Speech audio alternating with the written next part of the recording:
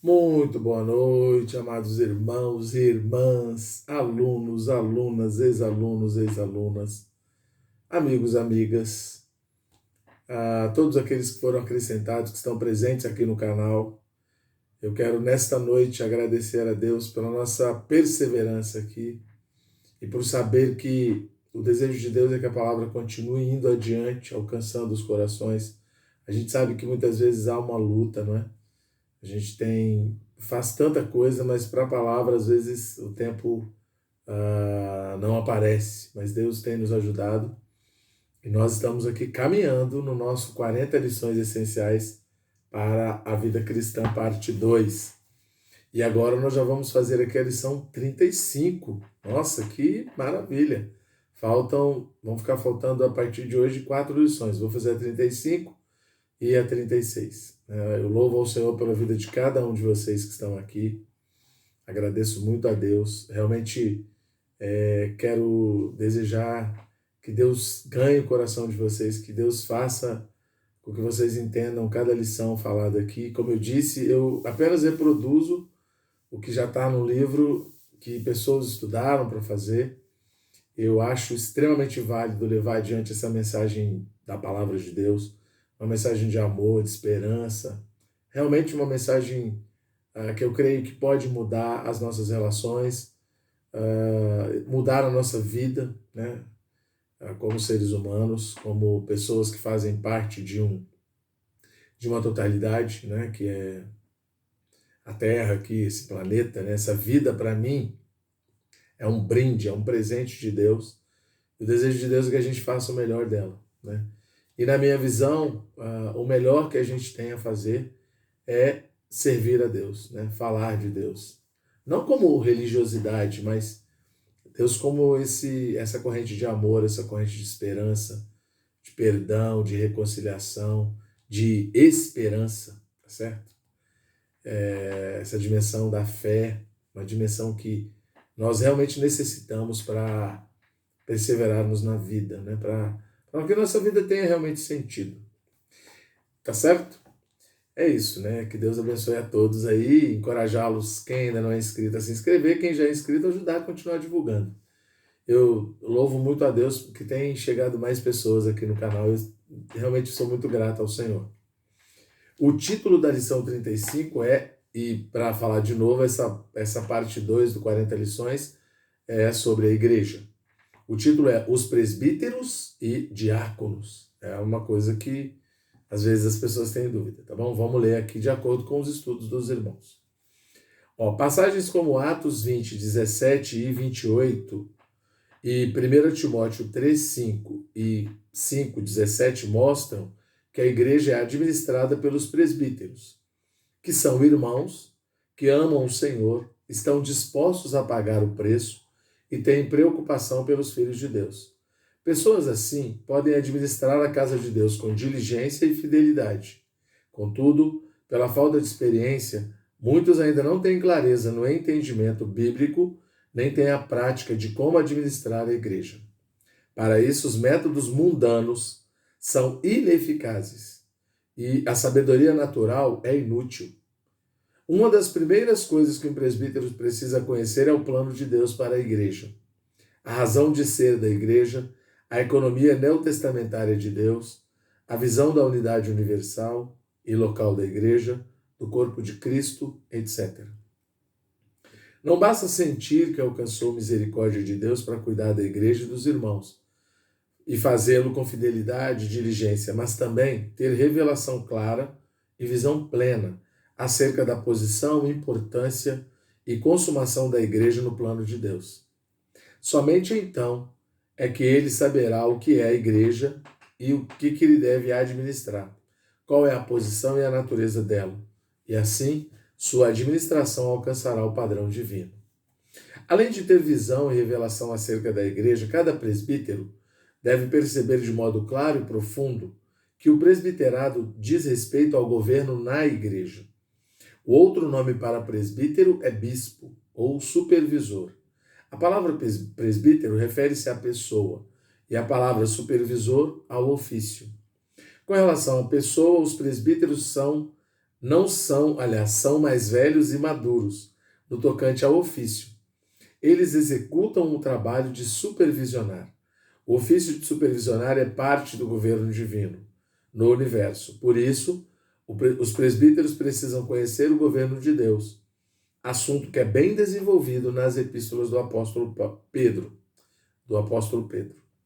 Por causa da degradação do cristianismo e da hierarquia estabelecida nos vários segmentos cristãos, muitos acham que é melhor não haver governo na igreja. Pensam que entender que a igreja é o corpo de Cristo e a casa de Deus já basta. Acham que o que precisam fazer é ajudar os outros a amar o Senhor e ser espirituais. Porém, não podemos considerar-nos mais sábios do que Deus. Existe no universo algo chamado governo divino e administração divina. É algo ordenado por Deus e não podemos negligenciá-lo. Na Bíblia, a igreja e o reino estão intimamente ligados e o reino é questão de governo. O reino de Deus é o governo divino e a sua administração. Sempre que o governo divino não é honrado, o caos se estabelece. Os presbíteros devem ver que no universo não há apenas a salvação de Deus, a igreja de Deus, a casa de Deus, mas também o governo e a administração de Deus. Ele não é Deus de confusão, sem princípios, regras, ordem e disciplina. Os livros da Bíblia mostram que Deus tem um governo e uma administração. A história dos filhos de Israel é um bom exemplo disso.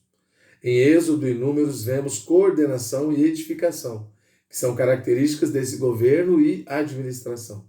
Já no livro de Juízes, vemos o oposto. Não havia governo nem administração, e cada um fazia o que bem parecia ou o que parecia mais certo aos seus próprios olhos. No Novo Testamento, o fato de a igreja ser o corpo de Cristo e a casa de Deus não significa que Deus não tenha mais governo e administração. Pelo contrário, embora haja vida e espírito, Deus quer governar o universo por meio da igreja. E por isso deve haver nela governo e administração por parte dos presbíteros. Podemos ver isso em livros como Romanos 1 e 2 Coríntios, Efésios e nas cartas, em Romanos e 1 e 2 Coríntios, Efésios e nas cartas a Timóteo e Tito. Portanto, muito mais por ser o corpo de Cristo e a casa de Deus, é que a igreja precisa manifestar o governo e a administração de Deus, por meio dos presbíteros e diáconos.